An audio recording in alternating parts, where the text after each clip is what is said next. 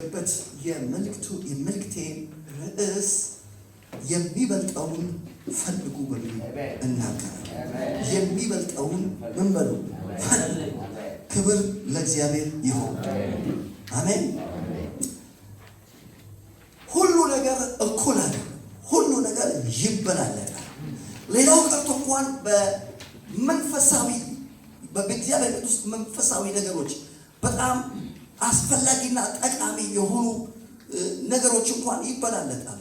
ሐዋርያው ጳውሎስ እምነት፣ ተስፋ፣ ፍቅር እነዚህ ሶስቱ ጸንተው ይኖራሉ አለ። ነገር ግን ከነዚህ የሚበልጠው ፍቅር ነው አለ። ይበላለጣሉ። መንፈሳዊ ነገር ከመንፈሳዊ ነገር እንኳን ይበላለጣል። በአንደኛ ቆሮንቶስ ምዕራፍ 13 ቁጥር 13 ነው። ሁሉ ነገር እኩል አይደለም። ጥሩ ነው። መስዋዕት በጣም አስፈላጊ ነው። በእግዚአብሔር ቤት ምስጋናን የሚሰዋ ያከብረኛል የሚለው የምስጋና መስዋዕት አስፈላጊ መስዋዕት ጥሩ ነው።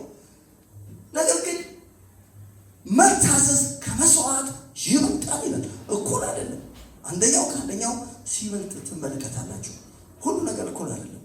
ሌላው ቀርቶ እንኳን ጌታችንና መድኃኒታችን ኢየሱስ በሐዋርያት ሥራ ምዕራፍ 2 ቁጥር 24 ላይ ስትመለከቱ ከሞት እንደተነሳ ስታዩ እግዚአብሔርም የሞትን ጣር አጥፍቶ አስነሳው ይላል። ለምንድን ነው የተነሳው ሲባል ሞት ይይዘው ዘንድ አልቻለም። ምን ማለት ነው? ኢየሱስ ክርስቶስ ከሞት የተነሳው ሞትን ስለሚበልጠው። ጌታ ይመስገን። አሜን። ሁሉ ነገር እኩል አይደለም። ድሮ ለሕፃናት ሆነን እስኪ እንበላለጥ እንባባል ነበር። ቆመን ራሱ እንበላለጥ ነበር። ነገሮች በዓለም ያላለ በእኛም በዓለም ካለውና በእኛ ካለው እስኪ እናበላልጣቸው ከተባለ ሐዋርያው ዮሐንስ ዮሐንስ ምዕራፍ 4 ቁጥር 4 ላይ ምን አለ? በዓለም ካለው በእናንተ ያለው ይበልጣል። ጌታ ይመስገን። ሁሉ ነገር እኩል አይደለም።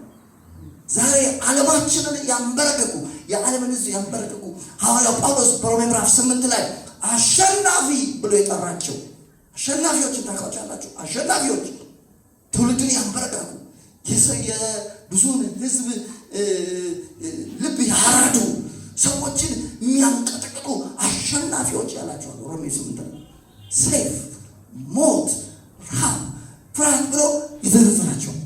ከዛ ከነዚህ ከአሸናፊዎችና ከኛ ደግሞ ማን ይበልጣል ብሎ አበላልጦ ብትሮት እዚህ ይላቸዋል። በትምህርት ቤት ከአንደኛ እስከ 3ኛ ስንማር ይበልጣል ያንሳል እኮ ሊሆን ያለ የሚል ትምህርት አለ ሂሳብ ክፍል ውስጥ እና ጳውሎስ አበላለጠ። ሲያበላልጥ ሮሜ ምዕራፍ 8 ላይ በወደደን በእርሱ አለ ከአሸናፊዎች እንበልጣለን። እነዚህ አሸናፊዎች በሕይወታችን ብዙ ጊዜ ያጋጥመውናል። ነገር ግን እኛ ክርስቶስን ማምለክ በክርስቶስ ፍቅር መቀጠል የቻልነው ምክንያቱ ሌላ ነገር እንዳይመስላችሁ ምን ስለምንላቸው ነው? ስለምንበልጣቸው። ረሃብን ስለበለጥ ነው። ረሃብ አጋጥሞን ከክርስቶስ ፍቅር ላይ ያለ ብሎ ሲሞክር አልቻለም፣ ቀጥለናል። ፍርሃት አጋጥሞን ከክርስቶስ ፍቅር ላይ ያለው ሲል እኛ ደግሞ በክርስቶስ በልጥ ነው ይኸው ቀጥለናል። በወደደን በእርሱ ከአሸናፊዎች እንበልጣለን። ስለበለጥከው በራሳችን አልበለጥንም። በወደደን በማን በእርሱ። ስለዚህ ተመልከቱ፣ ሁሉ ነገር እኩል አይደለም። ሁሉ ነገር ይበላለጣል። ወገኖቼ በሁለተኛ ዜና ምዕራፍ 22 ከ1 እስከ 4 ስትመለከቱ አንድ ንጉሥ ነበረ፣ ሕዝቅያስ ይባላል። ያ ንጉሥና ሕዝቅያስ ወደ 7 ልጆች ነበሩ እና መጨረሻ ላይ እንግዲህ ወደ መሄጃው ጊዜ ሲደርስ ይችን ይሄን ወደ ከአባቶቹ ጋር ሊያንቀላፋ መሆኑን ሲያውቅ ለ7 ልጆች ስጦታ መስጠት ጀመረ። ስጦታ መስጠት የጀመረው ከታናሹ ወደ ታላቁ እና ምን ይላል?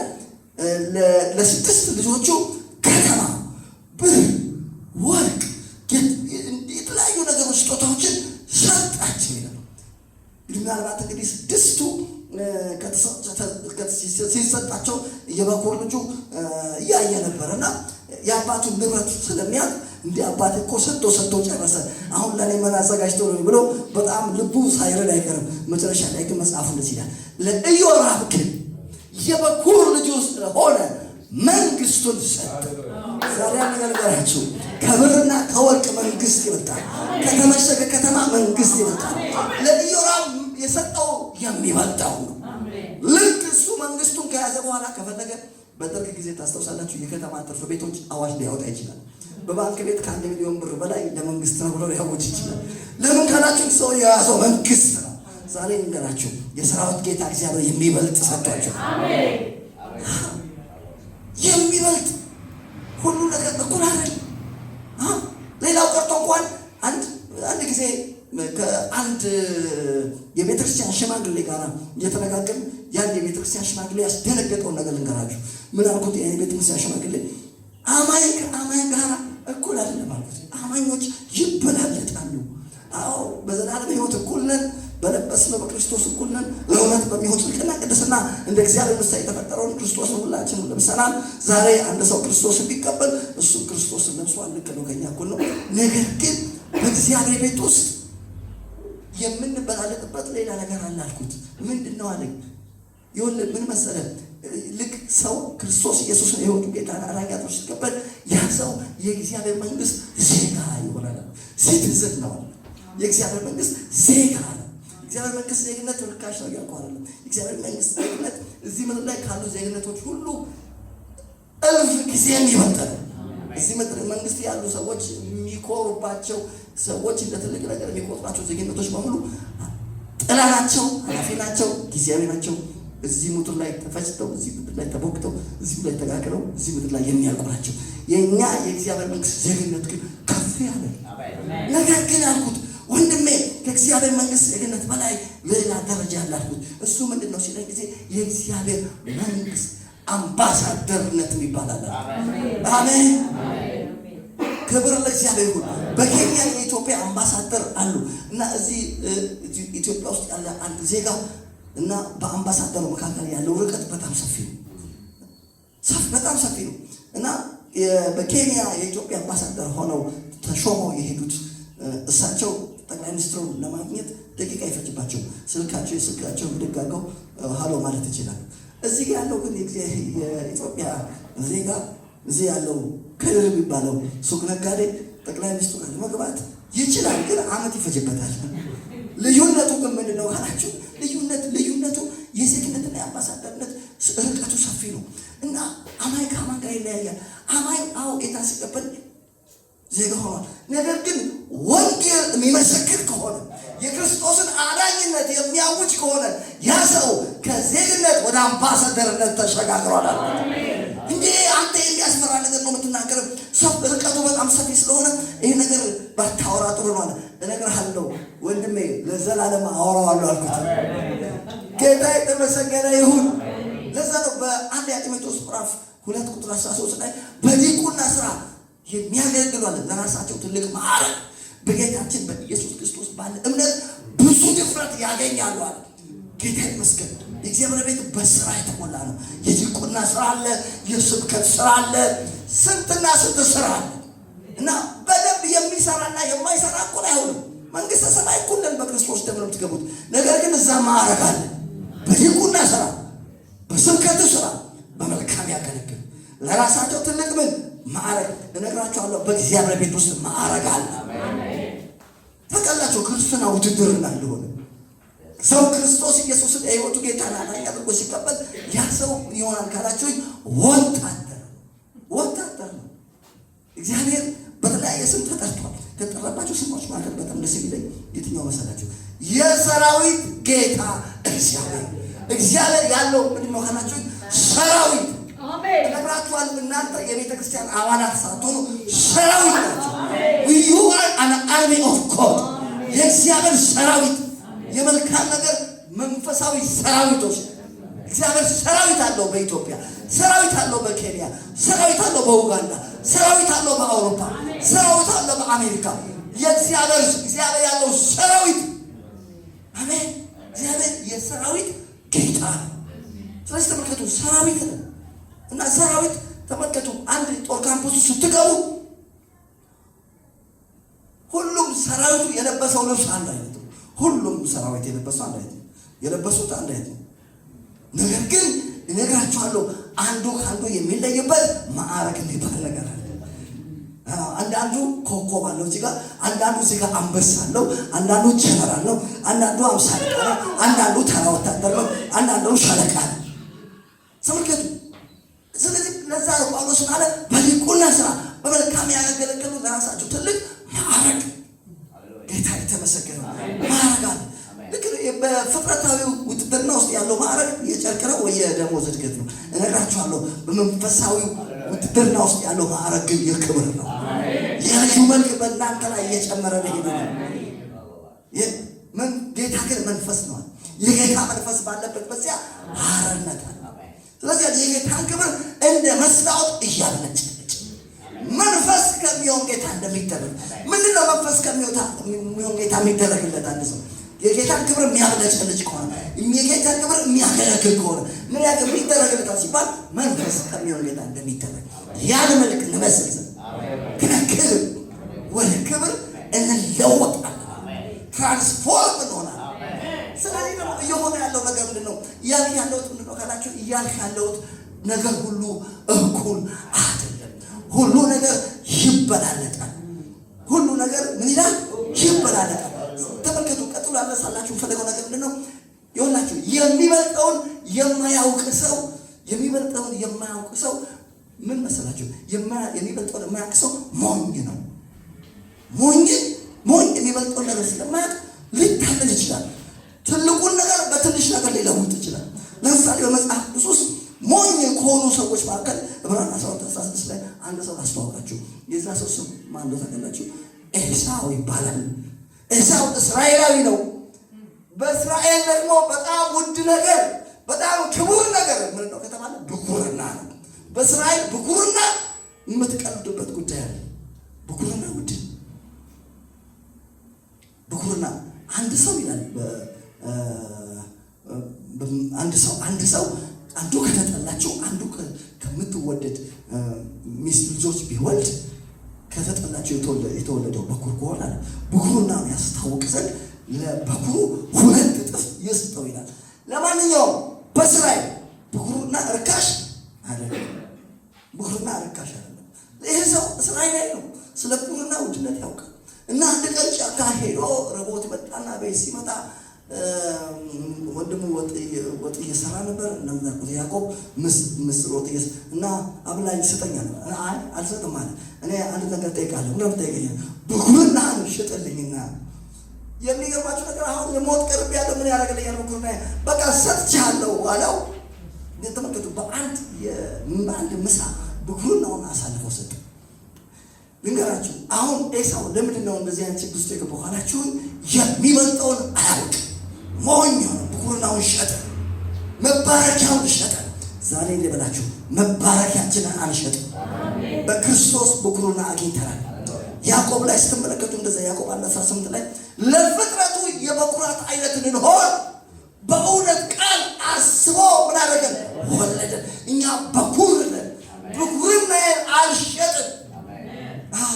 ጸጋ ጎሎት ብኩርናውን እንደሸጠ ለዚህ ዓለም የሚመች ሰው እንዳይገኝ ተጠንቀቁ ይላል። አልሸጠውም። ብኩርና በምንም አይሸጥም። ምንም ነገር ሊያወጣ አይችልም። ብኩርና ውድ ነው። እና ተመልከቱ፣ የሚበልጠውን የማያውቅ ሰው ሞኝ ነው። በመጽሐፍ ቅዱስ ደግሞ እኛ ከተባልናቸው ነገሮች መካከል አንደኛው ምን ታውቃላችሁ? ሞኞች አትሁኑ ተብሏል። በኤፌሶን ምዕራፍ 4:17-18 ላይ ስትመለከቱ የጌታ ፈቃድ ምን እንደሆነ አስተውሉ እንጂ ሞኞች አትሁኑ ተብሏል። ሁሉ የተባለው የሰማይ አባታችሁ ፍጹም እንደሆነ ፍጹም አልሆኑ፣ የጠራችሁ ቅዱስ እንደሆነ በኑሯችሁ ለቅዱሳን አትሁኑ ከተባለው ነገር መካከል ምንድነው? ሞኝ አትሁኑ ነው። ጌታ ይመስገን። ሞኝ የሚበልጠውን ነገር አለ። ሞኝ የሆነ ሰው ክብር ለእግዚአብሔር ይሁን። በማቴዎስ 13:45-16 ምንድነው የሚለው? አንድ ሰው ነበር፣ አንድ ነጋዴ ምን አገኘ? በጣም ውድ የሆነች እንቁ አገኘ። ሰውየው ሞኝ አይደለም፣ ብልጥ ነው። የሚበልጠውን ያውቅ ስለነበረ ያለውን ሁሉ ሀብት ሸጠና ምን አደረጋል? ገዛ። እነግራችኋለሁ የእግዚአብሔርን ነገር ያለንን ሸጠን እንገዛዋለን። የእግዚአብሔር መንግስት ሁሉ ይሸጥለት ይገባዋል። አባቶቻችን ገብቷቸው ስለነበረ እነ ጴጥሮስ አሉ እኛ ሁሉን ተከተልን። ያዋጣል ሁሉም ተከተለው ክርስቶስ። ለምን ካልከኝ ክርስቶስ ይበልጣል። ለዛ ነው በፊልጵስዩስ ምዕራፍ 3 ላይ ጳውሎስ ማለት ከሁሉ ስለሚበልጥ ስለ ጌታ እውቀት ነገር ሁሉ እንደ ጉድፍ እቆጥራለሁ። ከሁሉ ስለሚበልጥ እነግራችኋለሁ፣ ክርስቶስ ከሁሉ ይበልጣል። ዕብራውያን መጽሐፍ ክርስቶስ ይበልጣል ሙሉ ታሪኩ።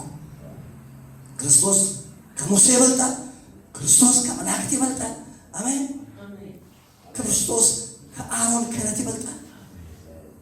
ክርስቶስና የክርስቶስ የሆነ ነገር ሁሉ ይበልጣል። ስለዚህ ተመልከቱ፣ የሚበልጠውን የማያውቅ ሰው ምንድን ነው? ሞኝ ነው። እና እርሻ አገኘ ይላል። አንድ እርሻ ያገኝ ያለውን ሁሉ ሸጦ እንደገዛ ደግሞ ይናገራል። እዛው 44 ላይ ማቴዎስ 13:44 ላይ ጌታ ይመስገን። ስለዚህ አትሁኑ ተብለናል። ሞኝ አትሁኑ ወገኖቼ። በመጽሐፍ ቅዱስ በአንደኛ ጴጥሮስ 2:15 ጴጥሮስ አለማመንን ሞኝነት ብሎ ጠርቶታል። ሞኞችን ዝም ታሰኝ። አለማመን በክርስቶስ አለማመን ሞኝነት ነው አለ። አስፈላጊ ነገር ነው። ሞኞችን ዝም ታሰኝ ዘንድ ኑሯችሁ መልካም ይሆናል። የሚገርም እኮ ነገር ነው። ለቆሮንቶስ 11:13 በደስታ ሞኞችን ትታገዝ። በክርስቶስ አለማመን ሞኝነት ነው፣ መታደል። ተመልከቱ፣ የሚበልጠውን አለማወቅ ሁለተኛው ሕፃንነት ነው። በሁለተኛ ደረጃ ደግሞ በመጽሐፍ ቅዱስ አትኑ ከተባለ ነገሮች መካከል ሕፃናት አትኑ። ኤፌሶን 4:14-15 ተመልከቱ። በትምህርት ነፋስ ሁሉ እየተስገበገባችሁ ወዲና ወዲያ እየተንሳፈፍን ሕፃናት ወደፊት ሕፃናት ናቸው አትኑ። ነገር ግን አለ ሁለቱም በፍቅር እያያዛችሁ በነገር ራስ ወደ ክርስቶስ ንደግ አትኑ። ተመልከቱ፣ የሚበልጠውንማ ሕፃን አሁን አንድ ሕፃን ልጅ 10 ግራም ወርቅ ይዞ የ10 ብር ብስኩት ሰጣችሁ ትቀበሉታላችሁ። ለምን ካላችሁ ሕፃን ስለሆነ የሚበልጠውን ስለማያውቅ ዛሬ ማለዳ ላይ ስላችሁ ክርስቶስ ይበልጣል። አሜን። ሁሉ ነገር እኩል አይደለም። የሚበልጠውን የማያውቅ ሰው ሕፃንነትን በጌታ በኢየሱስም ሽረናል። አሜን። ያዕቆብ ምዕራፍ 11-17 ላይ ስታዩ እንደዛ ነው የሚለው። እግዚአብሔር ማንንም በክፉ አይፈትንም። እያንዳንዱ በራሱ ምኞት ሲሳብና ሲታለል ምን ያደርጋል? ይፈተናል። አሁን ክርስቲያኖች የሚፈተኑትና አላስፈላጊ የሆኑ ውሳኔዎች የሚወስኑበት ምክንያት ምንድን ነው ተብሎ ሲጠየቅ ምክንያቱ ምስላቸው ተታለው። እግዚአብሔር ማንን በክፉ አይፈተንም። እሱም አይፈተንም፣ ማንንም አይፈተንም። እያንዳንዱ ግን በራሱ ምኞት በራሱ ስጋዊ ምኞት፣ ዓለማዊ ምኞት፣ የባለጠግነት ምኞት ሲታለል ይፈተናል። ምኞት ጸንሳ ሞትን ትወልዳለች። ሞትን ካደገች በኋላ ምን ትወልዳለች? ኃጢአት። ምኞት ጸንሳ ኃጢአት ካደገች በኋላ ምን ትወልዳለች? ሞትን ትወልዳለች። ስለዚህ አንታለልም። እስኪ አልታለልም በል። ሕፃን ይታለላል። የሚታለል ሰው ሕፃን። ድሮ አንዳንድ ነገሮች ሰማ ነበር። ሰዎች ጌታ ሲቀበሉ ክርስቶስ ኢየሱስ ወዳቸው ጌታ ሲቀበሉ አንዳንድ ልጆች ቤተሰቦቻቸው ይመጡና በቃ ይሄ ኢየሱስን ተውና መርካቶ ላይ ትልቅ ሱቅ እንከፍትልሃለን ይሉታል። ግን በዛ ጊዜ ጀግኖች ምን ይላሉ ልጆቹ? ሱቃችሁ ለእናንተ ይሆንላችሁ፣ እኔ ከክርስቶስ ጋር እቀጥላለሁ። ለምን? ሞኝ አይደለም። አሜን። አልተታለለም። በመርካቶ ላይ ትልቅ ሱቅ ተከፍቶለት ያንን ክርስቶስን ትቶ እነሱ ያዘጋጁለትን ግብዣ ውስጥ ቢገባ ሰው እሱ ተታሏል፣ ሞኝ ሆኗል። ጌታ ይመስገን ይሏቸው ነበረ። አስታውሳለሁ እንደዚህ አይነት ነገሮች። እኛ አንተን አውሮፓ እንልካለን ለትምህርት፣ ክርስቶስን ተውና ይሏቸዋል። አልተውም፣ ከክርስቶስ ጋር እቀጥላለሁ ይላሉ ጀግኖች። አሜን። ጌታ ይመስገን። አንታለልም። ሲያልታለልም በልስ ጴጥሮስ ሁለተኛ ጴጥሮስ 3:17-18 በአመፀኞች ስህተት ተሰባችሁ ከራሳችሁ ጸባት እንዳትወድቁ ተጠንቀቁ። በአመፀኞች ስህተት ምን ብላችሁ ሲያልሳብን በጌታ በኢየሱስን የአመፀኞች ስህተት አይስበንም። በአመፀኞች ስህተት ተሰባችሁ ከራሳችሁ ጽናት እንዳትወድቁ ምን በሉ አለ? ተጠንቀቁ። ክብር ለእግዚአብሔር። የአመፀኞች ስህተት ምን ያደርጋል? ሊስብ ይችላል። አንዱ እያጭበረበረ እያምታታ በቃ የተለያየ ነገር በእጁ ሲያስገባ ስታይ እንዴ ይሄ ነገር እንዴት ነው እንዴት ሊያደርግ ይችላል? ነገር ግን ጴጥሮስ ማለት በአመፀኞች ስህተት ተሰባችሁ ከራሳችሁ ጽናት እንዳትወድቁ ምን በሉ አለ? ተጠንቀቁ። ጌታ ይመስገን። ታዲያ እንዴት እንለያለን? የከበረውን ከተዋረደው ለመለየት የሚበልጠውን ለማወቅ የሚረዳን ምን አይነት መሳሪያ ነው? ምንድነው የሚበልጠውን እንድናውቅ የሚያደርገን መሳሪያ ምንድነው ካላችሁ ዛሬ አስታውቃችኋለሁ። የሚበልጠውን እንድናውቅ እንድንለይ የሚያደርገን አንድ መሳሪያ ነው። እርሱም ደግሞ የእግዚአብሔር ቃል ነው።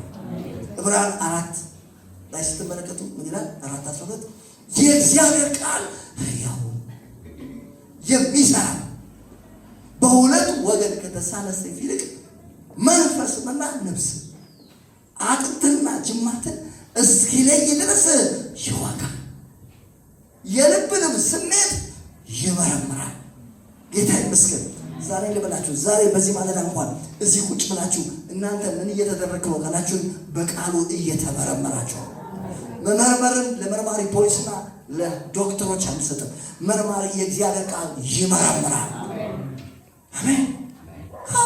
የእግዚአብሔር ቃል ሕያው የሚሰራ በሁለት ወገን ከተሳለ ሰይፍ ይልቅ መንፈስንና ነፍስን ምን ማለት ነው? መንፈስና ነፍስ ማለት ምን ማለት ነው? የመንፈስን ሀሳቦች ወደ እናንተ ሲመጡ ይሄ ሀሳብ የመንፈስ ሀሳብ ነው፣ ይሄ ሀሳብ ደግሞ የነፍስ ሀሳብ ነው የሚለውን ለመለየት በጣም ከባድ ነው። ለመለየት በጣም ያስቸግራል። አንዳንድ ጊዜ የነፍሳችሁ ሀሳብ ሆኖ ነገር ግን የመንፈስ ሀሳብ መስሎ ሳታውቁት ልትከተሉ ትችላላችሁ። ነገር ግን የእግዚአብሔር ቃል መጥቶ ይለይላችሁ። ይሄ የነፍስ ሀሳብ ነው፣ ይሄኛው ሀሳብ ደግሞ የመንፈስ ሀሳብ ነው ብሎ መለየት ይችላል። ጌታ ይመስገን። የማቃል የእግዚአብሔር ቃል በእግዚአብሔር ቃል ካልሆነ በስተቀር በጣም ነገሮችን ለመለየት በጣም ከባድ ነው። አንዳንድ ነገሮች ለመለየት ያስቸግራሉ። አንድ ጊዜ ከአዲስ አበባ ከተማ ወጣ ብዬ ነበር ነው የምንኖር የነበረውና አንድ 40 ኪሎ ሜትር ወጣ ይላል ያ ከተማ። እዛ ከተማ ውስጥ ስንኖር እናንተ ወደ አዲስ አበባ ስትመጡ ሰዎች ይልኳቸዋል። ሂዱና ዕቃ ግዙልኝ ይሏችኋል። እንደገና ደግሞ በቃ የተለያየ መልእክት ይልኳቸዋል። ለምን? ትንሽ ርቀት ስላለው ማለት ነው። እና አንድ ሴት መጣችና አናገረች። አለም ወደ አዲስ አበባ ልትሄድ ነው? አዎ ልሄድ ነው። እባክህ አንድ ሴት መጣችና አለች ብዙ ገንዘብ ተበደረች እና ለዛ ለተበደረች ገንዘብ ደግሞ ማስያዣ ይሄንን ወርቅ ሰጣኛለች። ግን አንድ ነገር እፈልጋለሁ። ምንድን ነው የምትፈልጊው ስላት ይሄን ወርቅ አዲስ አበባ ሄደ አስመረምርልኝ አለች። እሺ አልኩና ተቀበልኳት። ከዛ በኋላ እኔ ልክ አዲስ አበባ ላይ ስገባ ማለዳ ነው የገባሁት። አጋጣሚ መርካቶ አካባቢ የተከፈቱ ወርቅ ቤቶች ላይ አንድ ወርቅ ቤት አገኘ። ገባሁና ለወርቅ ቤት ለሚሰራው ሰው ሰጠሁት። ይሄ ነገር እንድትመረምር ሊፈልግ ነበር። ታውቃላችሁ ወርቅ ቤት ሰራተኞች በአይናቸው ሁሉ ያውቁታል። እንደኛ አይደሉም። በአይናቸው ግን እሱ በአይኑ ማወቅ አልቻለም። በአይኔ ላውቀው አልቻልኩም። እስቲ ወደሚቀጥለው ደግሞ እንሄዳለን አለኝና የሆነ አሲድ ሲጨምርበት አሁንም አላወቀውም። እኔ አንድ ነገር እንድትስማማ ፈልጋለሁ። ወደሚቀጥለው ምርመራ ከመሄዳችን በፊት እንድትስማማ ፈልጋለሁ አለኝ። ምንድን ነው አልኩት። ይሄ የምትመለከተው ፍም እሳት ይታያል። ወርቅ ቤት እንደዚህ እሳት ያደርጋለዋል። እዛ ውስጥ እከተዋለሁ። ከከተትኩት በኋላ ወርቅ ከሆነ በጣም ይደምቃል፣ ያማረ ነገር ይዘህ ትሄዳለህ። ግን ወርቅ ካልሆነ በእጅህ ይዘው እንኳን ትጸየፈዋለህ። ከሰል ነው ይመስለው። ትስማማለህ? አትስማማኝም? አትስማማለህ? እስማማለሁ አልኩት። ከተተው ወሰደና ከተተው። ሲከተው እውነቴን ነው ብላችሁ ከሰለስ ወርቅ ነበር። እንዴት አድርጌ ነው ያዘው? በእንጨት እንደዚህ በወረቀት ተጠቅልሎ ኪሴ እንዳያበላሽ ይዤ ለስተየው አሰጠው። ምላችሁ ፈልጌ ነው ነገሩ። አያችሁ ይመስላል። አንዳንድ ሀሳቦች የእግዚአብሔር ሀሳብ ይመስላሉ። ለዛ ነው መጽሐፍ ቅዱስ ለሰው ቅን የምትመስል መንገድ አለች፣ ፍጻሜዋ ግን የሞት ነው። ማንኛውም በዓለማችን ላይ ትልልቅ ስህተት የሰሩ ሰዎች ክፉ ነገር እንስራ ብለው አይደለም የሰሩት። ያን የሰሩት መልካም ነው ብለው ነው። የሰው መንገዱ በአይኑ ፊት የቀናች ነች። ለሰው ቅን የምትመስል መንገድ ሰው የሚያደርገውን ነገር በሙሉ የሚያደርገው እውነት ትክክል ነው ብሎ ስለሚያስብ ነው። ግን ምን ይሻላል ሲባል የሚሻለው ነገር መሰላችሁ? የሚሻለው የሚለይልን አንድ መሳሪያ የሰራዊት ጌታ እግዚአብሔር በእጃችን አስገብቷል። የዛን የመሳሪያውን ስም አስተዋውቃችኋለሁ። የእግዚአብሔር ቃል። ኧረ የእግዚአብሔር ቃል በሉ። ይሄ የእግዚአብሔር ቃል ይለየዋል። ቃሉ ከመጣ ነገሩን ያጋለጠዋል። አንድ ጊዜ ንግድ እየነገርኩ በነበረ ሰዓት እና የምነግድበት ገንዘብ በጣም አነሰ እና ስቆጥረው ካፒታሉ በጣም ዝቅ አለ። ዝቅ ሲል በጣም ተጨነቀ። አሁን በምን ልሰራ ነው? ገንዘቡ በጣም አንሷል። ይሄ ገንዘብ ደግሞ ለመስራት አይበቃኝም እያልኩ በዚህ ነገር በጣም ታወቁ። ከዛ በኋላ ምንድን ነው የሆነው ነገር? ድንገት ከአዲስ አበባ ወደምኖርበት ከተማ እየሄድኩ እያለ የእግዚአብሔር ቃል ወደ መንፈሴ ዘለለና ገባብኝ። ምንም ቃል እንደገባኝ ታውቃላችሁ? ከመዝሙር 37 ላይ ለጻድቅ ያለው ጥቂት ከብዙ ኃጢአተኞች ሀብት ይበልጣል። እግዚአብሔር ጻድቃንን ይደግፋቸዋል፣ የኃጥአንን ክንድ ግን ይሰብራል የሚል ቃል ነበር። ለእኔ ያለው ጥቂት ከኃጢአተኛ ይበልጣል። ምን ማለት ነው? ካልኩሌሽኑ እናንተ ያላችሁ 100 ሺህ ብር ኃጢአተኛ ካለው 20 ሚሊዮን ብር ይበልጣል። ይሄ ነው ካልኩሌሽኑ። የእግዚአብሔር ቃል ነው እውነቱ። እናንተኛ እንደመሰለን አይደለም። ጌታ ይመስገን። ከዛ ደገመልኝ። ሌላ ምስክር በሁለትና በሶስት አለ የሚሰራው። ሁለተኛ ደግሞ መጣልኝ። ሁለተኛው ምን እንደሚጠቀላችሁ ዮናታንና የጋሻ ጃግሬው ታሪክ ላይ መጣልኝ። እግዚአብሔር በብዙም በጥቂቱም ማዳን አይሳለም። ልንገራችሁ፣ እግዚአብሔር በብዙ በጥቂቱ ማዳን አይሳለም። በ10 ሺህ ብር ሊሰራ ይችላል። በ100 ብር ሊሰራ ይችላል። በ5 ሚሊዮን ብር ሊሰራ ይችላል። ምንድን ነው ከዛ ጭንቀት የተገላገልኩ? ለምን ተገላገል ካላችሁ የእግዚአብሔር ቃል መጣ። የእግዚአብሔር ቃል ነገሮችን ይለያል። መለያው መሳሪያው የከበረውን ከተዋረደው እንለይ ከተባለ መለየት የሚበልጠውን ለማወቅ መሳሪያው የማን ቃል ነው? የእግዚአብሔር ቃል። በኢየሱስ ስም የእግዚአብሔርን ቃል እናነሳለን። ሰዎች ተመልከቱ። መዝሙር 29 ቁጥር 9 ላይ ስትመለከቱ ይህንኑ ትያላችሁ። የእግዚአብሔር ድምፅ ይላል። የእግዚአብሔር ድምፅ ጫካዎቹን ይገልጣል። ጫካዎቹን ምን ያደርጋል? ይገልጣል። የእግዚአብሔር ቃል አንዳንድ የጠላትን ሀሳቦች ያጋልጣቸዋል። አንዳንድ ሀሳቦች እኮ አንዳንዶቻችን እየተጨነቅን ያለ ነው ቃሉ ስላልመጣ ነው። ቃሉ ይመጣ ይለይላቸው። መንፈስና ነፍስን እስኪ ለይ ድረስ ይወጣል ይልና እኛን በሚቆጣጠር በእርሱ አይኖች ፊት ዛሬ ይበላችሁ። የእኛ ተቆጣጣሪ የእግዚአብሔር ቃል በእርሱ ምኖች ፊት አይኖች። የእግዚአብሔር ቃል አይን አለው፣ የራሱ አይን ነው። ነገር ሁሉ የተራቆተና የተገለጠ በቃሉ አይን ፊት ሁሉ ነገር ምንድን ነው? ራቆቱ። በቃሉ አይን ፊት የሚሰወር ነገር የለም። ስለዚህ የከበረውን ከተዋረደው ለመለየት የሚበልጠውን ለማወቅ ምን ይሻለኛል? መሳሪያው በእጃችሁ ገብቷል። መሳሪያው ቃሉ ነው። ቃሉን እናስብ። አባቶቻችን ሞኞች አልነበሩ። አባቶቻችን የሚበልጠውን ያውቁ ነበር። ዕብራውያን 11 ከ15-16 ተመልከቱ። ምን ይላል ስለና አብርሃም? የሚበልጠውን ሰማያዊውን አገር ይናፍቁ ነበር ይላል። ሰዎቹ አይናቸው ተከፍቷል። ሰማያዊው እንደሚበልጥ አውቀዋል። ጌታ ይመስገን። የሚበልጠውን የትኛውን? ዛሬ እንደበላችሁ ሰማያዊው ይበልጣል። ሰማያዊው ጥሪ ይበልጣል። ከምድራዊ ጥሪ ሰማያዊ ጥሪ ይበልጣል። ከምድራዊ አገሮች ሰማያዊ ሀገር ይበልጣል። በኢየሱስ ስም የሚበልጠውን እንናፍቃለን። አባቶቻችን በቃ አይናቸው ተከፍቶ ነበር እና ታዲያ የሚበልጠውን ሰማያዊ ሀገር እና አብርሃም ናፍቆ ስለነበረ ምንም አላቅማሙም። ጥሪ ሲደርሳቸው ከአገር ከዘመዶች ከአባት ቤት እኔ ወደማሳየ ምድር ምን በል ውጣ ሲባል ጨርቄን ማቄን ሳይል ነው ሰው የወጣው። ለምን ካላችሁኝ የሚበልጠውን ያውቅ ስለነበር፣ የሚበልጠውን ሀገር ያውቅ ስለነበር። ጌታ ይመስገን። ሀገር ጥሎ ወጥቶ የሚበልጥ ሀገር ተሰጠው። ከአባ ከአባቱ ቤት ወጥቶ እግዚአብሔር አባት ሆነ። አሜን። ክብር ለእግዚአብሔር ይሁን። ስለዚህ ተመልከቱ፣ የሚበልጠውን ያውቁ ነበር አባቶቻችን። እነ ሙሴ የወሰኗቸው ውሳኔዎች በጣም አስደንጋጭ ውሳኔዎች።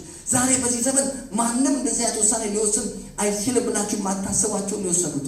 ዛሬ ዙፋን ሰዎች ብዙ ደም አፍስሰው የሚይዙትን ዙፋን እሱ በቀላሉ በመንግስት ቤት ተወልዶ በቀላሉ አልጋ ወራሽ ሊሆን ሲችል፣ ነገር ግን በኃጢአት ከሚገኝ ደስታ ይልቅ ከእግዚአብሔር ሕዝብ ጋር መከራን መቀበል መረጠ። የፈርዖን የልጅ ልጅ እንዳይባል በእምነት እምቢ ያለ በኢየሱስ ክርስቶስ ስም እነሱ የተገጠመላቸው አይን ይገጠምል። ዛሬ ማን ነው ዙፋን ጥሎ የሚፈረጥጠው? ዛሬ ዙፋን ለመያዝ ይጋደላል እንጂ። ሰዎቹ ግን ምንድነው እንደዚህ ውሳኔ የወሰኑበት ምክንያት ምንድነው ካላችሁ፣ አይናቸው ተከፍቶ ነበር። ቅድም ይጸለይ ነበረ ስለ አይነ መከፈት። ዳዊት አንድ በመዝሙር 118 መጽሐፍ ቅዱሳችን በጣም ረጅሙ ምዕራፍ 118 ታውቃላችሁ። እዛ ላይ ምን ብሎ ጸለየ? አቤቱ ለባሪያ መልካም አድርጋል። ምንድነው ይህ ሰው የሚጸልየው ጸሎት? ምንድነው መልካም አድርግ ሲባል የምበላውና የምጠጣው ስጠኝ፣ ወርቅና ብር ስጠኝ ነው እንዴ ብዬ አሰቡ። ቀጥሎ ምን አለ? አቤቱ ለባሪያ መልካም አድርጋልና ሕያው እንድሆን ቃልህን እንድጠብቅ አይኖችን ክፈት፣ ከሕግም ተአምራትን አያለሁ አለ። አይኔን ክፈት፣ የከበረውን ከተዋረደው ይለያል። ክብር ለእግዚአብሔር ይሁን። እግዚአብሔር አይናችንን ይክፈተው። ስለዚህ ተመልከቱ፣ እነዚህ ሰዎች የሚበልጠውን ያውቁ ስለነበረ ሰዎችን መወሰን ቻሉ። ጌታ ይመስገን። ወደ መጨረሻ ልምጣ። የመጨረሻውን ሀሳብ ተናግሬ ከዛ ወደ ጸሎት እንሄዳለን። ዛሬ በመጨረሻ ልላችሁ የምፈልገው ነገር ምንድን ነው? እግዚአብሔር ይበልጣል። አዎ፣ እስቲ እግዚአብሔር ይበልጣል በሉ። አሞጽ ምዕራፍ 5 ቁጥር 4 ላይ ምን አለ? እግዚአብሔር ምን አለ? እኔን ፈልጉ በሕይወትም ትኖራላችሁ። ልንገራችሁ፣ እግዚአብሔርን እንፈልጋለን። እግዚአብሔርን መፈለግ ይበልጣል። የሰው ዘር በሙሉ ፍለጋ ላይ ነው። ሰው ሁሉ ፈላጊ ነው። ሰው ሁሉ ፈላጊ እኮ ነው። ሰው ሁሉ ፈላጊ። ጌታ ኢየሱስ ለደቀ መዛሙርቱ ምን አለ? መንግስቱን ፈልጓል። መንግስቱን ምን በሉ? ፈልጉ። አታወላውሉ። ሌላውንማ በዓለም ያሉ አሕዛብ ይፈልጉታል። እነግራችኋለሁ፣ እኔና እናንተ አይናችን ስለተከፈተ፣ አሜን፣ የሚበልጠውን ስለምናውቅ የምንፈልገው እግዚአብሔር። መዝሙር 105:2 ላይ እግዚአብሔርን የሚፈልግ ልብ ደስ ይበለው። ለምን መሰላችሁ ደስ ይበለው የተባለው? እግዚአብሔር ተፈልጎ ስለሚገኝ ነው። አሜን፣ ጌታ ይመስገን። እዛው ላይ እግዚአብሔርን ፈልጉት ትጸኑማላችሁ። እግዚአብሔር ብፈልግ ምን ጥቅም አገኛለሁ ካላችሁ ወገኖቼ ትጸናላችሁ። እግዚአብሔርን መፈለግ ትልቅ በረከት ነው። የሚበልጠውን እንፈልጋለን። የሚበልጠው ማን ነው ካላችሁ እግዚአብሔር ይበልጣል። ኢየሱስ ክርስቶስ ይበልጣል። ማቴዎስ 6:33 ላይ እንደዛ ነው ያለው ጌታ ኢየሱስ። ጽድቁንና መንግስቱን ፈልጉ። ዕብራውያን 12:14 ደግሞ ትቀደሱ ዘንድ ፈልጉ። መቀደስ ይበልጣል። ጌታ ይመስገን። እዚህ ምድር ላይ የመብላትና የመጠጣት የማግኘትና የማጣት ጉዳይ ሳይሆን ያለው እዚህ ምድር ላይ ያለው ምንድነው ካላችሁ የመርከስና የመቀደስ ጉዳይ ነው። መቀደስ ይበልጣል ከሁሉ ነገር። ሰው ረክሶ የተለያዩ ነገሮችን ሊያገኝ ይችላል። እነግራችኋለሁ፣ ያ ሰው አልተሳካለትም። ምክንያቱም ሰው ከረከሰ እግዚአብሔርን ማየት አይችልም። ያለ ቅድስና እግዚአብሔርን ማየት አይቻልም። ለዛ ነው ሐዋርያው ጳውሎስ በሁለተኛ ቆሮንቶስ ምዕራፍ 7 ቁጥር 2 ላይ ምን አለ? በእግዚአብሔር ፍርሃት ቅድስናን ፍጹም እያደረጋችሁ ስጋና መንፈስን ከሚያርክስ ነገር ራሳችሁን አንጹዋል። ክብር ለእግዚአብሔር ይሁን። መዝሙር 105 ከ45 43 ከ45 በጣም ደስ ይለኛል። ሕዝቡን በደስታ የተመረጡትን በእልልታ አወጣ፣ የአሕዛብን አገር ሰጣቸው፣ የወገኖችን ድካም ወረሱ። ለምን ሲባል ሕጉን ይጠብቁ ዘንድ ሥርዓቱን ይፈልጉ ዘንድ እግዚአብሔር ከጨለማው ስልጣን አድኖ ቤዛነቱንም የኃጢአትን ስርየት ወዳገኘንበት ወደ ፍቅሩ መንግሥት ያፈለሰን ሕጉን እንጠብቅ ዘንድ ሥርዓቱን እንፈልግ ዘንድ ነው። ሥርዓቱን መፈለግ ይበልጣል።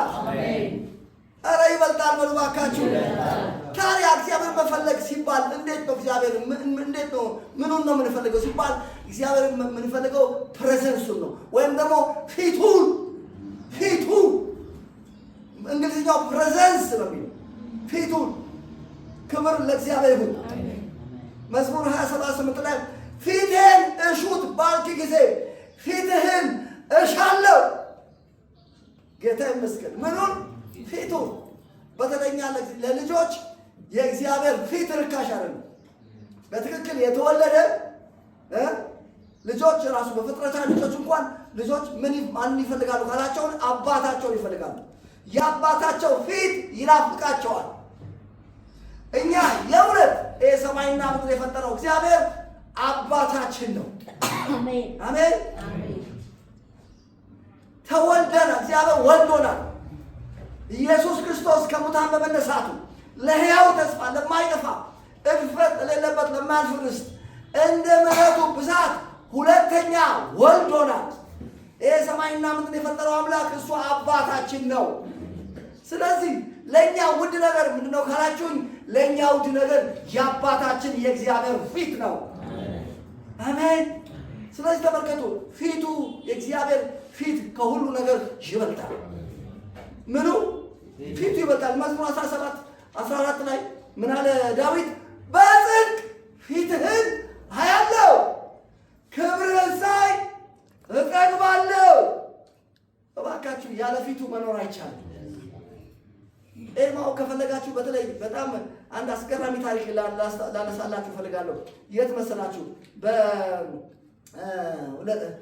ስንተኛ መሰላችሁ? ክብር ለእግዚአብሔር ይሁን። አሜን። የአቢሴሎምን ታሪክ የአቢሴሎምን ታሪክ ስታዩ አቢሴሎም ወንድሙን ገሎ ጫካ ከገባ በኋላ የዳዊት መከላከያ ሚኒስትር ኢዮአብ ከጌሹር አስመጣው። ካስመጣው በኋላ መጽሐፍ ምን ይላል? አቢሴሎምም የንጉሱን ፊት ሳያይ 2 ዓመት ተቀመጠ ይላል። ወገኖቼ አቢሴሎም ከጌሹር የመጣበት ምክንያት የናፈቀው የቤተ መንግስት ሴሬሞኒ አይደለም፣ የቤተ መንግስት ምግብ አይደለም። አቢሴሎም ናፍቆት የመጣው የአባቱ ፊት ነው። ለዛ ነው መጽሐፉ ስፔሲፊክ አድርጎ አቢሴሎምም የንጉሱን ፊት ሳያይ 2 ዓመት ተቀመጠ ይላል። በኋላ አቢሴሎም ያደረገው ልንገራችሁ። አቢሴሎም ያደረገው ነገር ይገርማችኋል። ያስመጣው ኢዮአብ ነው። ኢዮአብ ቢያይ አልመጣም፣ ወደ ንጉሱ አልወሰደውም። የናፈቀው የአባቱን ፊት ማየት ነው። የአባቱን ፊት አላየም። 2 ዓመት ሞላው። አሁንም አንድ ነገር ነው ማድረገዋልና ባሪያዎቹን ጠራና ሂዱና የኢዮአብን ክምሩን አቃጥሉልኛል። ሄዱና የኢዮአብን ክምር አቃጠሉ። ኢዮአብ እየሮጠ አልመጣም። ስማ አለው። ምን አድርጌ ነው እንዴት እንደዚህ አይነት ስህተት ትሰራለህ ሲለው፣ ስማ አለው፣ ከጌሹር ለምን አስመጣህ? እኔ ከጌሹር የመጣሁት የናፈቀኝ አባቴ ፊት። አሁን ችግር መፍጠር ጀምሬያለሁ። አባቴ ፊት ስላላየኋል። ግን አሁንም ሌላ ችግር ከመፍጠሬ በፊት ኢዮአብ አንድ ነገር ልንገርህ፣ አሁን ማለት የንጉሱን ፊት ልይ አለ። ዋው! ሰውየው ጭቅጭቁ የማንን ፊት ለማየት ነው? የአባቱ። ልንገራቸው፣ እግዚአብሔር አባታችን ነው። አሜን። ተመልከቱ፣ በጌታ ቤት እኔን 30 ምናምን ዓመት ደስ ብሎ እንዴት ኖርክ ካላችሁኝ፣ ይሄን 31 እና 32 ዓመት ደስ ብሎኝ የኖርኩት የአባቴን ፊት እያየሁ ስለሆነ። አሜን አሜን አሜን። እግዚአብሔርን ሁል ጊዜ አየው፣ በፊት አየዋለሁ፣ በቀኜ ነውና አልታወቅም አለ። ስለዚህ አለ ልቤን ደስ አለ። ድሮ አደርጋቸው የነበሩትን ደስታ ለማግኘት መሄድባቸው መጠጥ ቤቶች የማልሄድበት ምክንያት ወገኖቼ በአምላኬ ፊት ልቤ ስለተደሰተ የአባታችን ፊት ለእኛ ርካሽ አይደለም። ከዛ ምንድነው የሆነው ነገር? ይሄ ሰው ሌላ ችግር ሊፈጥርብኝ ስለሆነ አለ ወሰደና ወደ ኢየሩሳሌም ይዞት ሄደ። ወደ ቤተ መንግስት አስገባው።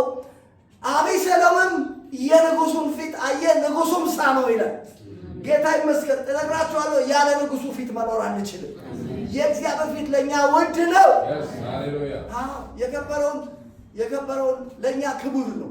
ኢየሱስ ለእኛ ክቡር ነው። ለሰው ለሌሎች የፈለገ ሊሆን ይችላል። እንደውም ጴጥሮስ ሙሉ አስቀመጠው በአንደኛ ጴጥሮስ ምዕራፍ 2 ላይ በሰው ወደ ተጣለ በእግዚአብሔር ግን ወደ ተመረጠ ወደ ሕያው ድንጋይ ወደ እርሱ እየቀረባችኋል። ክርስቶስ ስለ ክርስቶስ ትሏቸው ሰዎች ክርስቶስ ለነሱ ምንም አለ የሆነ ሃይማኖት ምናምን ጨዋታ ይመስላችኋል። ኖ ክርስቶስ ውድ ነው። ክርስቶስ ሕይወት የሚሰጥለት ነው። ክርስቶስ የሚሞትለት ነው። ክርስቶስ የሚኖርለት ነው። ጌታ ይመስገን። በወቅቱ የነበሩትን ግንበኞች በወቅቱ የነበሩት ፈሪሳውያን፣ ሰዱቃውያን መንፈሳዊ ነገር በሙሴ ወንበር ላይ የተቀመጡ ክርስቶስ ሲመጣ ለነሱ ምንም አልመሰላቸውም። ናቁት። ለነሱ ምንም አልመሰላቸውም። ግን መጽሐፍ ይላል ግንበኞች የናቁት ድንጋይ እርሱ የማዕዘን ራስ ሆነ። ጌታ ይመስገን።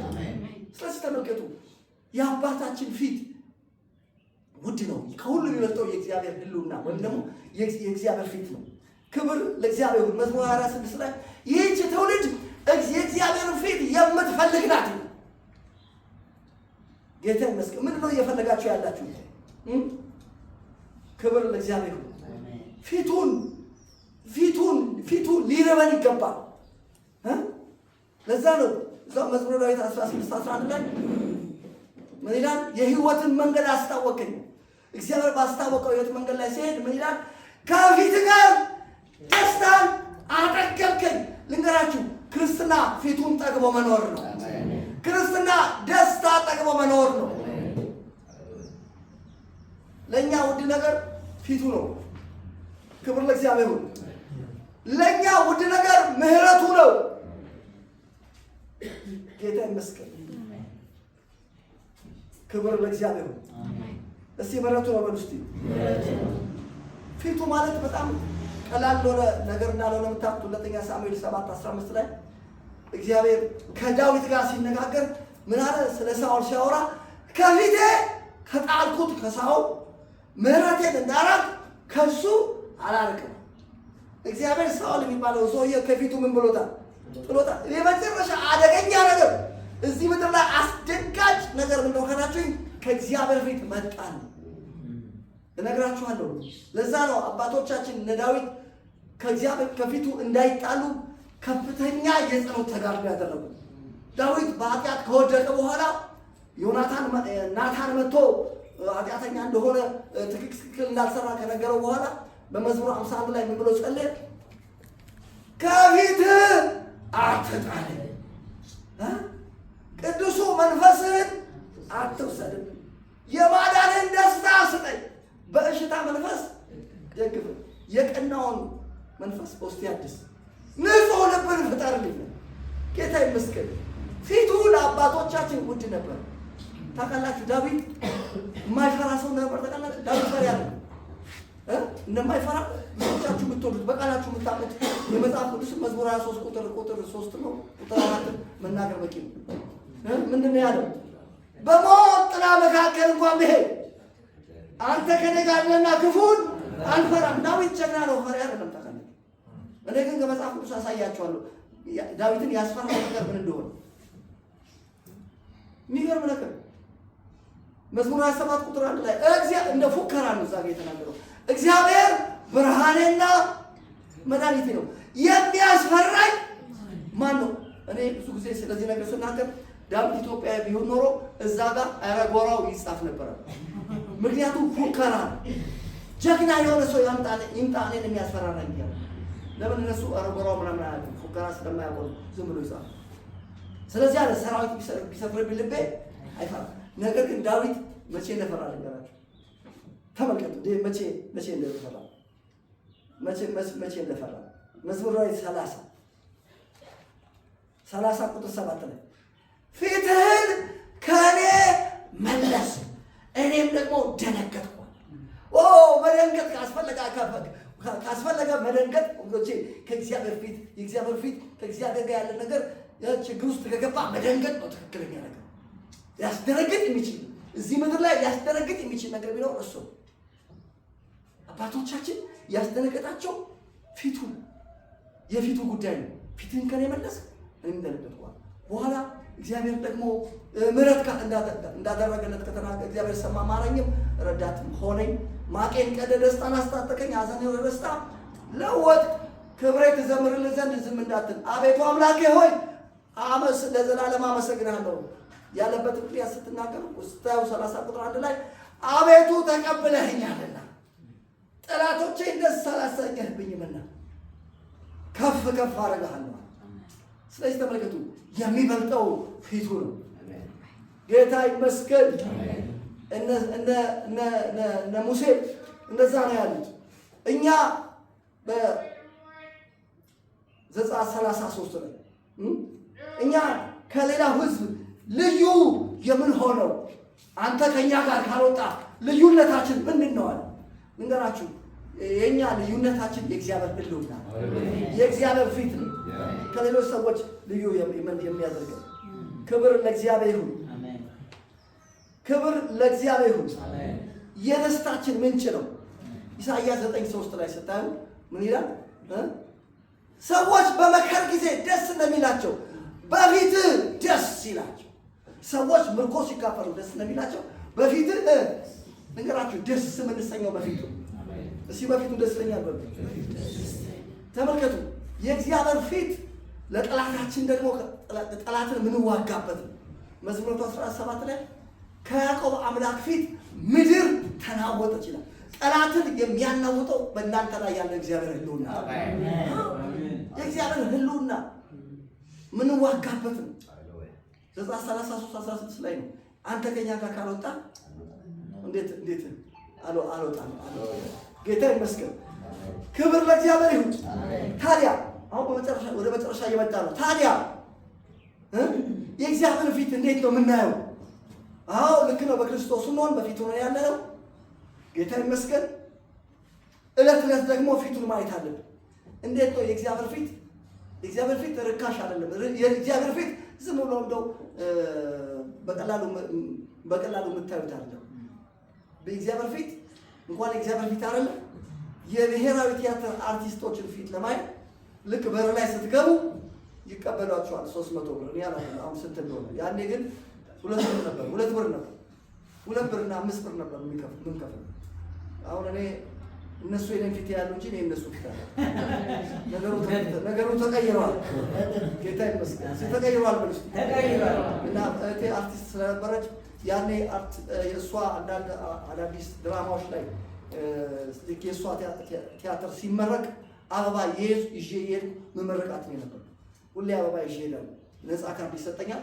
ከዛ መድረክ ላይ ልክ ቲያትሩ ሲያልቅ አርቲስቶቹ ይደረደራሉ። ሄዳችሁ አበባ ሰጣችሁ። እንደዛ ያረግ ነበር ብዙ ጊዜ። ወደ ጌታ ከመጣ በኋላ አለሙ እንደዚህ የሚባል ቲያትር ተመርቋል፣ የሆነ ነፃ ካርድ አዘጋጅቼልሃለሁ፣ አሁን መተህ አበባ ይዘህ መተህ ትመርቀኛለች። አሁን አንቺ ነሽ የምትመርቀኝ እንጂ ያልመርቅሽ ነው። ነገሩ ተቀይሯል። ክብር ለእግዚአብሔር። አሜን። እነሱ እኛን ያያሉ እንጂ እኛ እነሱን አናይም። ከዛ ከእህቷ ጋር አብረው ሆነው ጌታን አያውቁም። እዛ ሰፈራችን አብነት የነበረ አንድ ፓስተር አለ እና እሱ ቤተክርስቲያን ተጋብዤ ነበርና ጥቂት ትንሽ የቤት ውስጥ ፕሮግራም ነው። እዛ ላይ ጋበዝኳቸው። ጌታን አያውቁም መጡ። ከዛ ቃል እኔ ነበርኩ ማቀርበው። ቃሉን አቅርቤ ከጨረስኩ በኋላ ልክ ስንወጣ ምን ተረዳሽ? ምን እንዴት ነው ስላት አንተ ራስህ አርቲስት አይደለህ? እነግራቸዋለሁ። የእግዚአብሔር ቤት የሳቅ ቤት፣ የደስታ ቤት ነው፣ የእርካታ ቤት ነው። እኛ ደስታ ፍለጋ እንደ ድሮ በየቲያትሩ ቤቱ አንንከራተትም። አሜን። ደስታ ልባችን ውስጥ አለ። የማዳኑን ደስታ ሰጥቶ ነው። ስለዚህ እነሱን ለማየት እንግዲህ ቅድም እንዳልኳችሁ አርቲስቶቹን ለማየት እንከፍል ነበር። ታዲያ የእግዚአብሔር ፊት ለማየት በነፃ አታየው። እንዴት ነው ማየው? እግዚአብሔር ፊት እንደው ሁልጊዜ እያየው መኖር እፈልጋለሁ። በምንድን ነው ላየው የምችለው የምትሉ ሰዎች ቶሎ በሉና መዝሙረ ዳዊት ይሄን እናንተ መዝሙረ ዳዊት ስንት መሰላችሁ? 17 ቁጥር 14 ቶሎ በሉና አውጡ። ፊቱ ይበልጣል፣ ህልውናው ይበልጣል፣ የእግዚአብሔር መገኘት ይበልጣል። አዎ እግዚአብሔር የተመሰገነ ይሁን።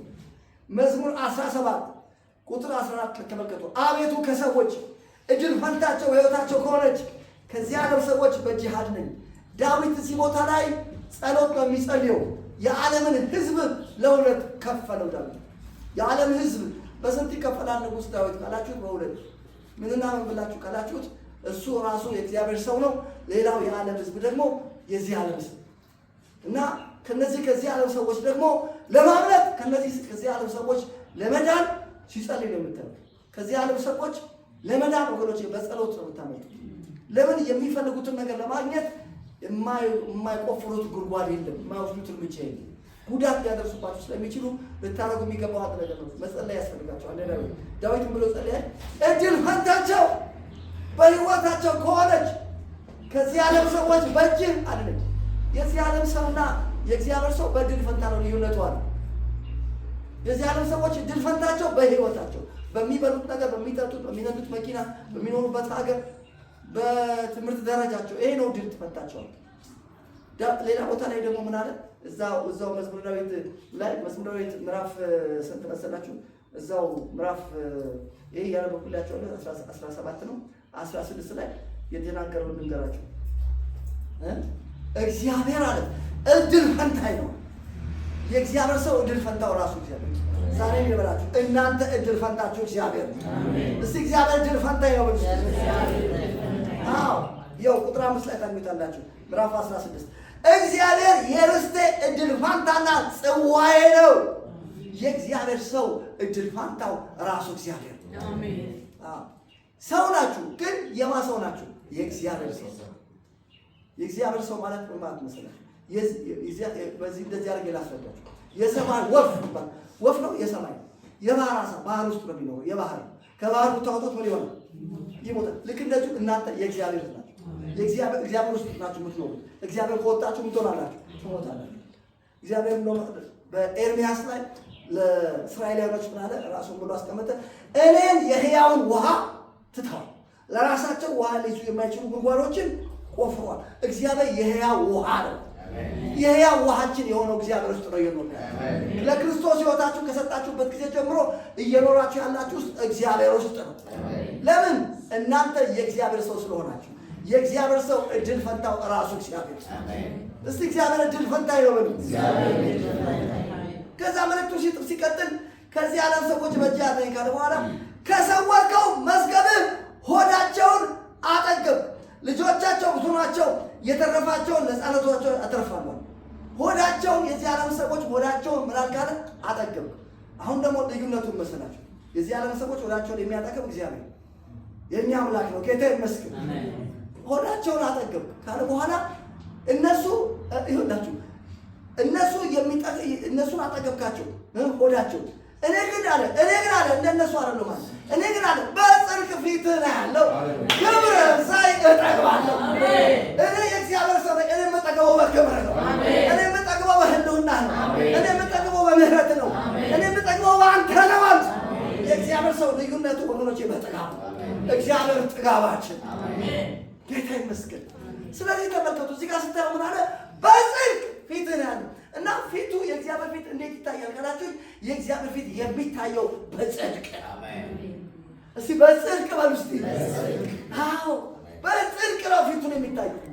የእግዚአብሔር ፊት ዝም ብሎ በዝም 24 ሰዓት በመተኛት አይታይም። ተነሳና ጽድቅ አድርግ። አሜን። ክብር ለእግዚአብሔር ይሁን። ጽድቅ ማድረግ ለእኛ ከባድ አይደለም። ጻድቅ ስለሆነ ጽድቅ እናደርጋለን። እኛ ለመጽደቅ ጽድቅ እናደርጋለን። ጻድቅ ስለሆነን ጽድቅ እናደርጋለን። እግዚአብሔር ጻድቅ ነው፣ ጽድቅን ይወዳል ይላል። ተመልከቱ። ልክ እኛም ደግሞ ጻድቅ ስለሆነ ጽድቅን የምንወደው። አሜን። ስለዚህ ተመልከቱ የእግዚአብሔር ፊት እንዴት ይታያል? በጽድቅ ወንጌል በመመስከር ሊታረዱ የተወሰኑትን በማዳን ወደ ሞት የሚነዱትን በመታደግ ለትውልድ በጸሎት በማለድ አሜን ያለንን በማካፈል ማንኛውም ጽድቅ የተባለውን ሁሉ በማድረግ ለጌታ ኢየሱስ እንዳለ ታስታውሳላችሁ። ኢየሱስ ወደ ዮሐንስ ሲመጣ እንዴ እኔ በአንተ ልጠመቅ ይገባኛል እንጂ አንተ እንዴት በእኔ ትጠመቃለህ? ኧረ አይቻልም ምናምን አለ። እዛ ሌላ ጊዜ ጌታ ኢየሱስ እንዴ እኔ በአንተ ልጠመቅ ይገባኛል እንጂ አንተ እንዴት በእኔ ትጠመቃለህ? ጌታ ኢየሱስ በጣም ተቆጣና ስነ ስርዓት ያዘ። አሁንስ ፈቀራል ጽድቅን ሁሉ ልናደርግ ይገባል። ዛሬ እኔ በላችሁ ጽድቅን ሁሉ እናደርጋለን። አሜን አሜን። አንዳንድ ወንጌል መስክር ሲባል እኔ ጸጋዬ መዘመር ነው ይላል። እንደዛ ሊባል የለም። ጽድቅን ሁሉ አትረማመሽ ያደርጋል። አሜን። ለምን ጌታ ሳጣቅ በፊት ይሄ ጸጋዬ አይደለም ብለህ ኃጢአት አልመረጥክም? ኃጢአትን ሁሉ አይደለም እንዴ ዘንጨለት አይኖር። ወደ ጌታ ከመጣ በኋላ እንዴት ትመርጣለህ? ጸጋዬ አይደለም። ክብር ለእግዚአብሔር። አሜን። ሐዋርያው ጳውሎስ ተሳቆረ ኢየሱስ ያድናል። ጽድቅ የተባለ በሙሉ አንለቀውም፣ እናደርገዋለን። አሜን። ክብር ለእግዚአብሔር ይሁን። ሐዋርያው ጳውሎስ በኤፌሶን ምዕራፍ 4 ላይ እንደዛ ነው አሕዛብ በአእምሯቸው ከንቱነት እንደሚመላለሱ እንዳትመላለሱ ብዬ በጌታ ሆኜ እመሰክርባቸዋለሁ። እነርሱ ባለማወቃቸው ጠንቅ በልባቸው ደንዳናነት ጠንቅ ከእግዚአብሔር ሕይወት ራቁ፣ ደንዝዘው በመመኘት እርኩሰትን ሁሉ ለማድረግ ራሳቸውን ለሴሰኝነት አሳልፈው ምን አሉ? እነሱ እርኩሰትን ለማድረግ ራሳቸውን ለሴሰኝነት አሳልፈው እንደሰጡ እኛ ጽድቅን ሁሉ ለማድረግ ራሳችን ለጽድቅ አሳልፈን ጽድቅ የተባለ ነገር ሁሉ አረገዋለሁ። መስራት ጽድቅ ነው፣ እሰራለሁ። አሜን።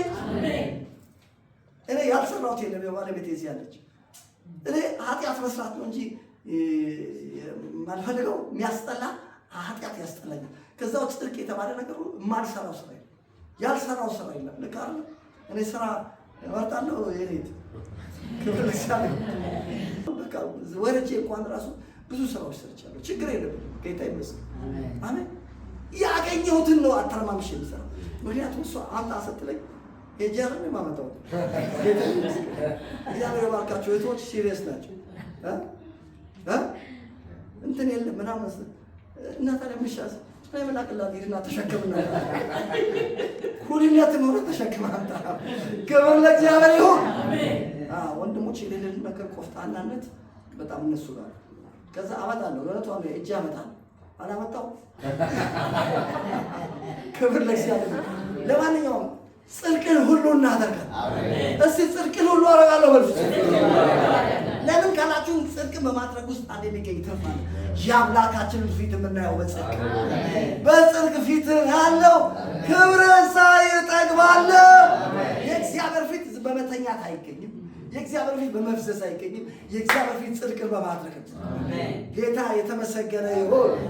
ይኸው የ30 ዓመት ጓደኛዬ ተስፋዬ እሱ ከኔ ጋር አሁን እያመለከ እስኪ ተስፍሽን አሁን ማምጣት ጽድቅ አይደለም? ከኔ ጋር እያመለከ 30 ዓመት የኔ ጓደኛ የዛሬ 30 ዓመት ጓደኛ ፈልጌ መርካቶ ለመርካቶ እና ተስፍሽ ምንድን ነው እዚህ የምትሽከረከሩ? ከእኛ ጋር እዚህ መቀጠል አለብህ። ይኸው ጀምረናል። ይኸው ደስ ብሎት ከእኛ ጋር እያመለከ ክብር ለእግዚአብሔር ይሁን። ክብር ለእግዚአብሔር ይሁን በሉ። ስለዚህ የእግዚአብሔር ፊት የሚታየው በምንድን ነው? በጽድቅ። ተመልከቱ። ጽድቅ ለእኛ በጣም አስቸጋሪ ነገር አይደለም። ለምን? በክርስቶስ ስለጸደቅ እኛ በእርሱ ሆነን የእግዚአብሔር ጽድቅ እንሆን ዘንድ ስለ እኛ ኃጢአት አደረገው። እኛ በእርሱ ሆነ የማጽድቅ የእግዚአብሔር ጽድቅ። ሁለተኛ ቆሮንቶስ 5 ስንት ላይ ነው? 20 ጌታ ይመስገን። ጽድቅን እንወዳለን። እስኪ ጽድቅ እወዳለሁ በሉ። ጽድቅን እንወዳለን። ጽድቅን ለምንድን ነው የምታደርጉት ተብለን የምንጠየቅ መልሱ አጭርና ግልጽ ነው። ስለምንወድ። ለምን ወንጌል ትሰብካለህ? ወንጌል መስበክ ስለምንወድ። ለምን ትጸልያለህ? መጸለይ ስለምወድ። ለምን ቃሉን ታነባለህ? ቃሉን ማንበብ ስለምወድ። ለምን ትቀደሳለህ? መቀደስ ስለምንወድ። ፍቅር ነው። እስኪ ክብር ለእግዚአብሔር ይሁን። ስለዚህ ጽድቅን ስለምንወድ ምን እናደርገዋለን? ይሄን ጻፉና ወደ ጸሎት ነው። ጽድቅን ስለምንወድ አንደኛ እንከተለዋለን። ኢሳይያስ 51 እናንተ እግዚአብሔር የምትሹ ጽድቅን የምትከተሉ ስሙ። ሁለተኛ ጽድቅ ስለምንሆን ምን እናደርገዋለን? ጽድቅን እናደርገዋለን። አንደኛ ዮሐንስ 3:10 ጽድቅን የሚያደርግ ወንድሙን የማይወድ ከእግዚአብሔር አይደለም። ሶስተኛ ጽድቅን እንለብሰዋለን። ኢዮብ 9:13-14 ኢዮብ ምን አለ? ጽድቅን ለበስኳት እሷም ለበሰች። ስለብሰዋለሁ ብሎ ባካችሁ መዝሙር 23:3 ነፍሴን መለሳት ስለ ስሙ ውሎ በጽድቅ መንገድ። ጽድቅን ስለምንወድ ነፍሳችን መልሶ በመራን በጽድቅ መንገድ ላይ እንሄድበታለን። እሄድበታለሁ። ጌታ ይመስገን። በጽድቅ መንገድ ላይ ያለው ህይወት ነው። በጎዳናው ሞት የለም። እሄድበታለሁ። ምን እፈራለሁ? አልመፈራም። እሄድበታለሁ። ምን ያስፈራል? እና በጽድቅ መንገድ ላይ ሞት የለም። ምሳሌ 12:28 ላይ በጽድቅ መንገድ ላይ ህይወት አለ፣ በጎዳናዋ ሞት የለም። አረ የለም በል እስቲ የለም። ስለዚህ ሄድበት። ክብር ለእግዚአብሔር። ስለዚህ ተመልከቱ፣ በጽድቅ መንገድ ላይ እንሄዳለን።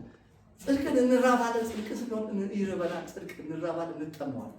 ማቴዎስ 5:6 ለጽድቅ እንኖራለን። አንደኛ ጴጥሮስ 1:20 ለኃጢአት ሞተ ለጽድቅ ምን እንድንኖር። ዛሬ ያን ነገር እንገራችሁ። እኛ የምንኖረው ለጽድቅ ስለ ጽድቅ እኖራለሁ። ጌታ ይመስገን። የእግዚአብሔር ፊት ውድ ነው። የእግዚአብሔር ፊት በምን ይታያል? በጽድቅ። እስቲ በጽድቅ በሉ። ቆመን እንጸልያለን።